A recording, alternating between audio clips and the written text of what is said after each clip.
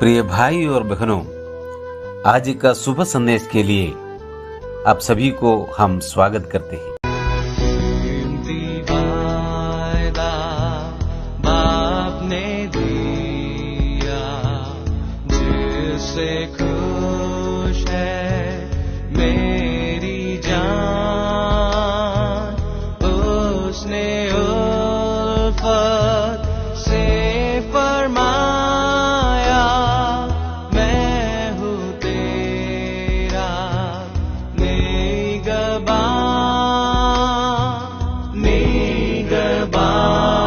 हूँ, निगहबान हूँ, मैं हूँ तेरा निगहबान। जब तक सफर तू करेगा मैं हूँ तेरा निगहबान। आज का संदेश ब्रदर रिजू मैथ्यू जयपुर से बांटा जाएगा। प्रार्थना के साथ सुनिए। परमेश्वर के नाम की महिमा हो। हमारे उद्धारकर्ता यीशु मसीह के नाम में सभी श्रोताओं को जय मसीह की। थोड़ी देर के मनन के लिए हम निकालेंगे यूहन्ना रचित सुसमाचार 5वां अध्याय 7वां पद। The gospel according to John chapter 5 verse 7। उस बीमार ने उसको उत्तर दिया, हे प्रभु, मेरे पास कोई मनुष्य नहीं कि जब पानी हिलाया जाए तो मुझे कुंड में उतारे, परंतु मेरे पहुँचते पहुँचते दूसरा मुझसे पहले उतर जाता है। इस वचन को मनन करने से पूर्व हम इस वृत्तांत के बारे में थोड़ा कुछ देखेंगे। हम सभी इस वृत्तांत से भली भांति परिचित है। यह वृत्तांत प्रभु यीशु मसीह द्वारा 38 वर्ष के रोगी को चंगा करने का है। गलील में सेवकाई करने के पश्चात यीशु मसीह यरूशलेम को गया। वहाँ पर यहूदियों का एक पर्व था। ऐसा हम 5वें अध्याय के शुरुआती वचनों में हम पढ़ते हैं। जब हम 5वें अध्याय के कुछ शुरू के वचनों को पढ़ते हैं तो यरूशलेम में हम एक कुंड को देखते हैं जिसका इब्रानी भाषा में नाम बैतसैदा था। इनमें बहुत से बीमार, अंधे, लंगड़े और सूखे अंग वाले पड़े रहते थे। कुंड के चारों ओर बीमार लोग पानी के हिलने की आशा में पड़े रहते थे, क्योंकि नियुक्त समय पर परमेश्वर के स्वर्गदूत कुंड में उतरकर पानी को हिलाया करते थे। पानी हिलते ही जो कोई पहले उतरता था वह चंगा हो जाता था, चाहे उसकी कोई बीमारी क्यों ना हो। उन बीमार लोगों द्वारा यह माना जाता था कि एक नियुक्त समय पर परमेश्वर का स्वर्गदूत कुंड में उतरता है और वह पानी को हिलाया करता है। पानी हिलने के पश्चात उन बीमार लोगों में से जो सर्वप्रथम उस कुंड में उतरता है वह तुरंत चंगा हो जाता था, चाहे उसको कोई भी बीमारी क्यों ना हो।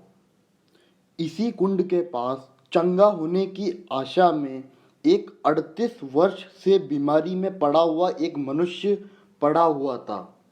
उस मनुष्य की उस अवस्था को देखकर और यह जानकर कि वह बहुत दिनों से इस दशा में पड़ा हुआ है, प्रभु यीशु मसीह ने उससे पूछा, क्या तू चंगा होना चाहता है? प्रभु यीशु मसीह के द्वारा पूछे गए सवाल का उत्तर हमने 7वें पद में पढ़ा कि प्रभु यीशु मसीह द्वारा पूछे गए सवाल का उत्तर, क्या तू चंगा होना चाहता है? तो बीमार व्यक्ति ने क्या उत्तर दिया? बीमार व्यक्ति ने ऐसा कहा, हे प्रभु, मेरे पास कोई मनुष्य नहीं कि जब पानी हिलाया जाए तो मुझे कुंड में उतारे, परंतु मेरे पहुँचते पहुँचते दूसरा मुझसे पहले उतर जाता है। हम इस बीमार व्यक्ति की अवस्था के बारे में दो बातों को देखेंगे। पहली बात, उसका 7वां पद, 5वां अध्याय उसका 7वां पद। वहाँ मैं ऐसा पढ़ता हूँ कि जब मैं इंग्लिश बाइबल में देखता हूँ तो वह ऐसा लिखा है कि I have no one to help me into the pool when the water is stirred, कि जब पानी को हिलाया जाता है तो मेरे पास कोई मनुष्य नहीं कि वह मुझे उस कुंड में उतारे। यहाँ हम देख सकते हैं कि वह बीमार मनुष्य अपनी योग्यता के आधार पर चंगा नहीं हो सकता था। उसे किसी और मनुष्य की सहायता की आवश्यकता थी। जो पहली बात हमने देखी कि वह बीमार मनुष्य अपनी योग्यता के आधार पर चंगा नहीं हो सकता था और उसे किसी अन्य मनुष्य की सहायता की आवश्यकता थी। जो हम उस 38 वर्ष के रोगी की अवस्था की जो दूसरी बात देखेंगे वो देखेंगे हम उसके 14 पद में, 5वां अध्याय उसके 14वें पद में, जो यीशु मसीह उसे चंगा करने के बाद कहता है कि फिर से पाप मत करना, ऐसा ना हो कि इससे कोई भारी विपत्ति तुझ पर आ पड़े। प्रभु यीशु मसीह उस बीमार व्यक्ति को चंगा करने के बाद उससे मंदिर में फिर मिलता है और उससे कहता है कि फिर से पाप मत करना, ऐसा ना हो कि इससे कोई भारी विपत्ति तुझ पर आ पड़े। इस वाक्यों से स्पष्ट है कि वह एक पापी मनुष्य था। तभी यीशु मसीह ने उससे कहा कि फिर से पाप मत करना। तो हम जब इस 38 वर्ष के रोगी की अवस्था के विषय में हम देख रहे थे तो हमने दो बात देखी।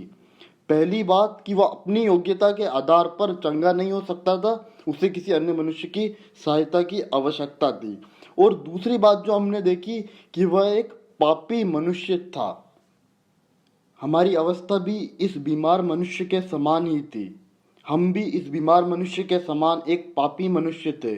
जैसा हम रोमियो की पत्री में पढ़ते हैं, कोई धर्मी नहीं, एक भी नहीं, हम सब ने पाप किया है और परमेश्वर की महिमा से रहित है। और हम भी इस बीमार मनुष्य के समान अपनी योग्यता के आधार पर अपने पापों से उद्धार पा नहीं सकते थे।